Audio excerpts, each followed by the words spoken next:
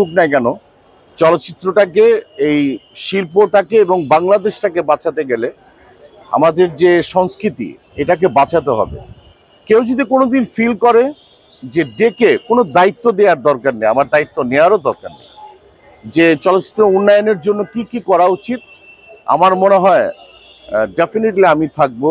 এবং আপনারা জানেন প্রিয়দর্শিনী মৌসুমীও থাকবে, সে বাংলাদেশের বাইরে আছে।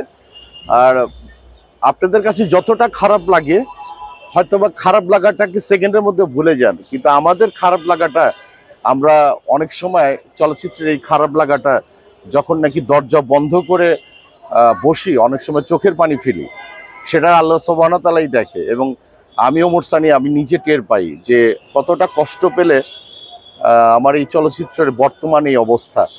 তো যাই হোক, কিছু কুলাঙ্গারদের জন্য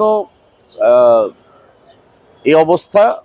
এবং আমার মনে হয় এটার থেকে মানে আপনাদের যে ভূমিকা, আপনাদের ভূমিকাও অনেক সময় নীরব থাকেন আমাদেরকে নিয়ে, যখন নাকি অনেক ট্রল করে, নেগেটিভিজম করে, এই জায়গাটার থেকে আমাদের একটা ক্লাস মেনটেন করতে হয়। আমার মনে হয় শিল্পী যখন আপনারা ক্লাস মেনটেন করবেন, আপনারা যারা সাংবাদিক আছেন আপনারাও আমার মনে হয় ক্লাস মেনটেন করে আমাদের কাছে আসলে সেই জায়গাটা হয়।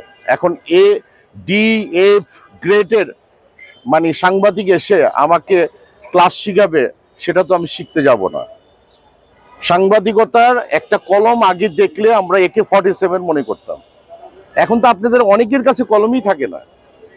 তো সেই জায়গাটা ক্লাস সাংবাদিকতায় আমরা সেলুট জানি, সব সময় সেলুট জানি, পজিটিভ থাকি, পজিটিভ বাংলাদেশ দেখি। থ্যাংক ইউ ভাই।